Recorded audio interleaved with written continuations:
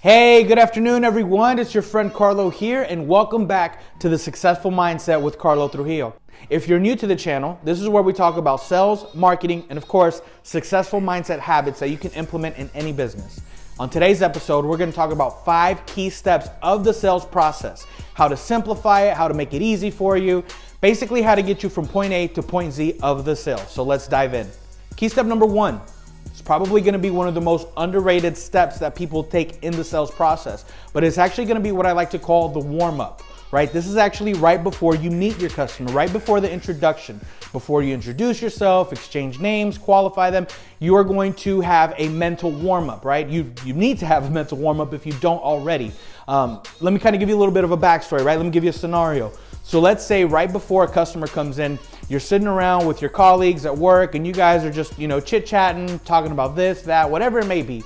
And before you know it, like that, a customer's coming your way. You've got 4 seconds to get your life together and basically make sure that you make a solid introduction. That's not setting yourself up for success, right? What you want to do is you want to be alert. You want to be aware at any given time a customer can be coming your way.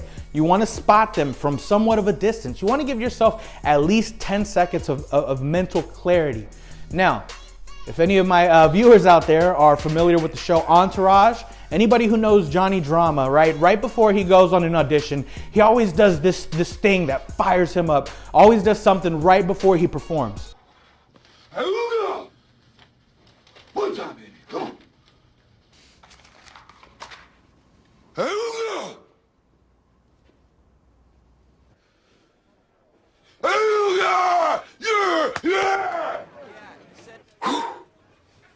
Me personally, what I like to do is I like to fire myself up as well. I like to tell myself in my head, okay, this is it. This is your shot. You got this. You're going to make this happen. You're going to help that customer find out what their needs are, and they're going to love you for it, right?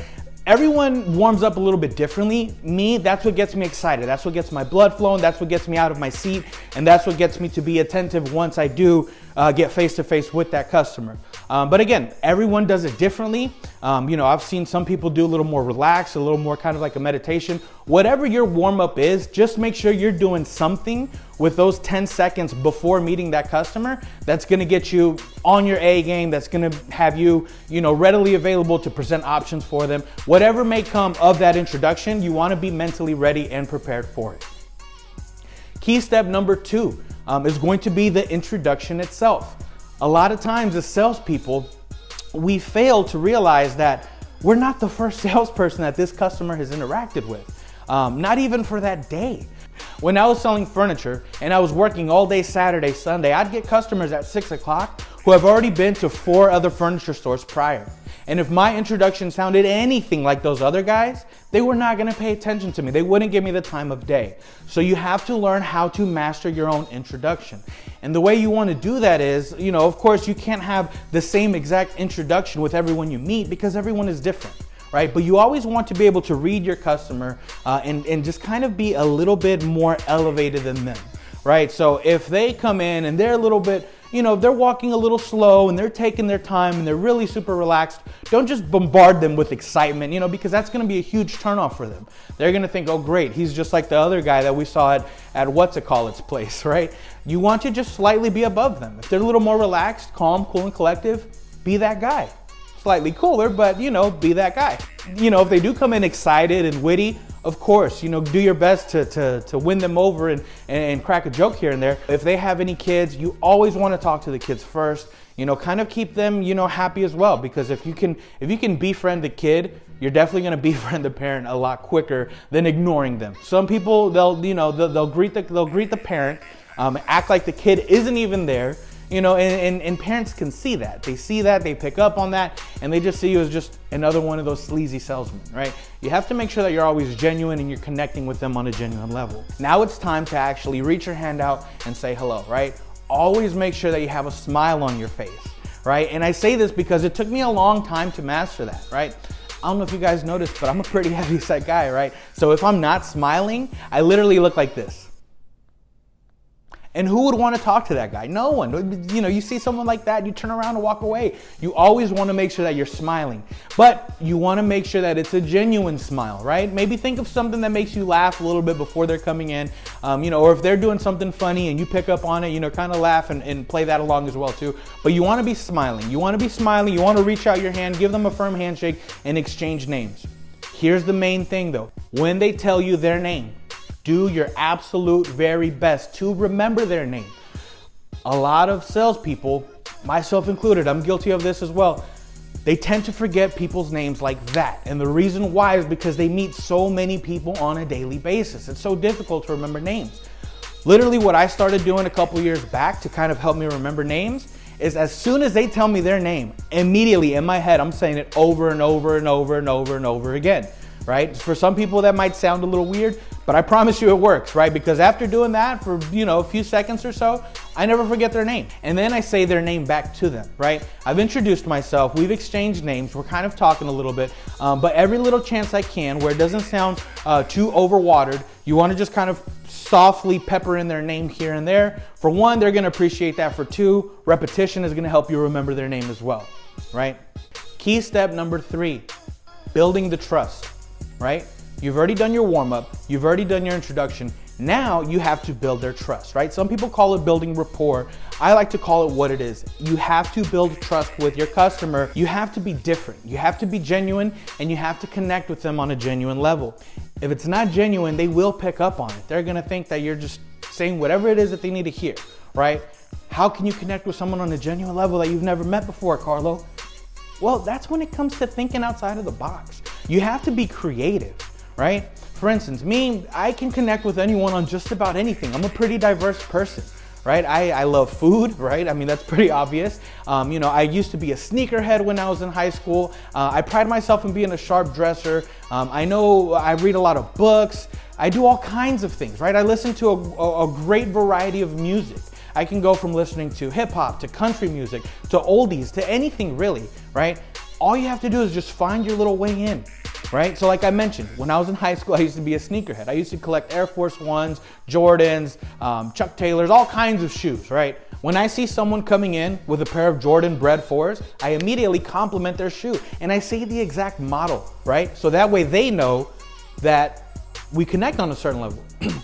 So that way they know that that's something that we can relate on. We both have an appreciation for sneakers, right? That alone kind of just opens up a pipeline of conversation. Oh, wow, you know these shoes? Absolutely. Well, what else do you know? Blah, blah, blah. Now we're talking about, you know, we're going from shoes to fashion to this to that. Now all of a sudden you're just kind of finding a way to have them bring their guard down. At the end of the day, that's what this is all about. It creates a little more likability, right? At the end of the day, that's what you want. You want to create likability with your customer. Well, Carlo, I don't know much about shoes. That's fine. Remember I mentioned I like food too, right? A lot of customers when they come in, maybe they're just got done eating dinner or they're gonna go to dinner after this. At some point you might hear the husband tell the wife, what should we do for dinner? Boom, that's your in. Talk about all the different restaurants that you like to eat. Listen to them talk about the restaurants they like to eat. Talk about different recipes if you like to cook, whatever it may be. Just always try to find a genuine conversation or topic to talk about. If you see someone coming in wearing a Blink-182 shirt or any other musician that you recognize, compliment them on that and build on that, right? That's gonna be just something that's gonna open more doors of more things that you can relate to.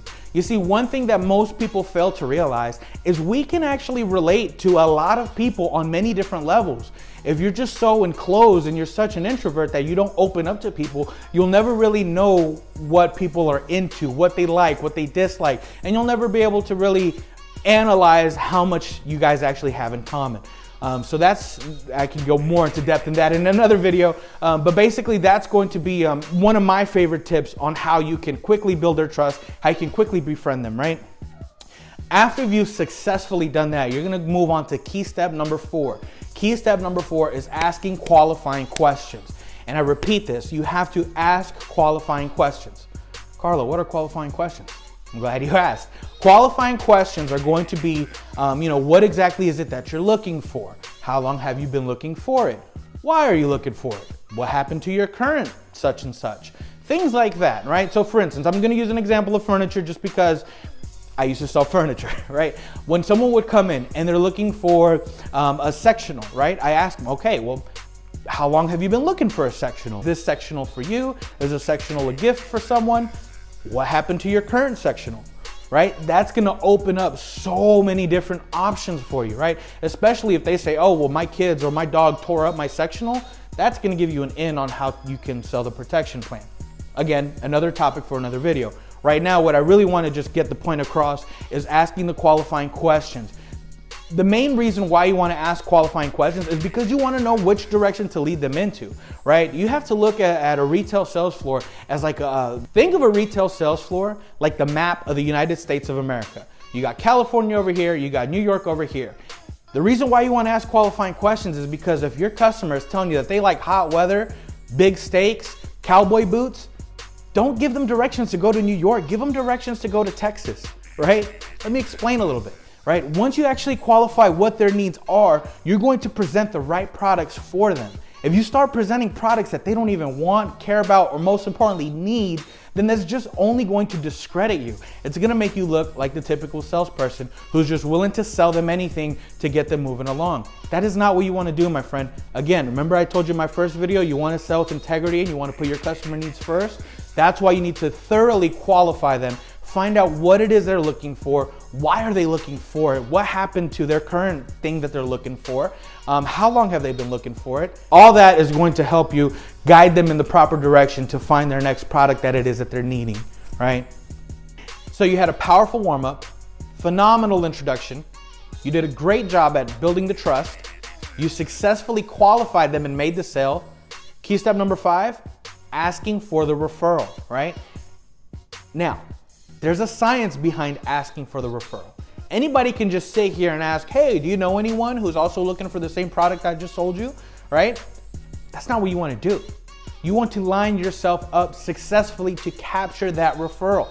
And the way you're going to do so, I'll be honest with you, it's awkward, it's completely uncomfortable, but if you can master it, it's highly successful. And this is what you want to do, right? After providing immaculate service to your customer, right? You befriended them, you found the right product for them, they love you and you love them because you guys just connected, right?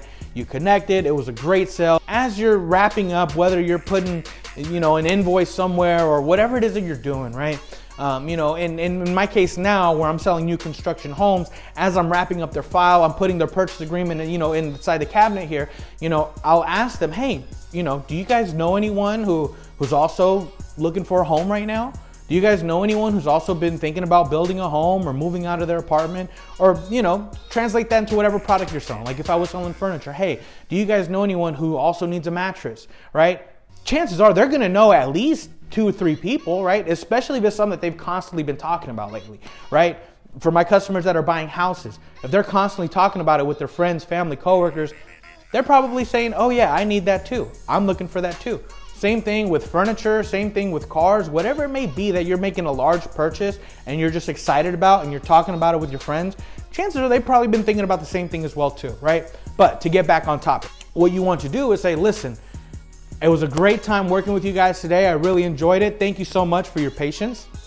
If you guys enjoyed my service as well too, it would truly mean the world to me. If you already know someone who's in the market for buying this product, why don't you just go ahead and give them a text message and tell them that, hey, I'm gonna be reaching out to them.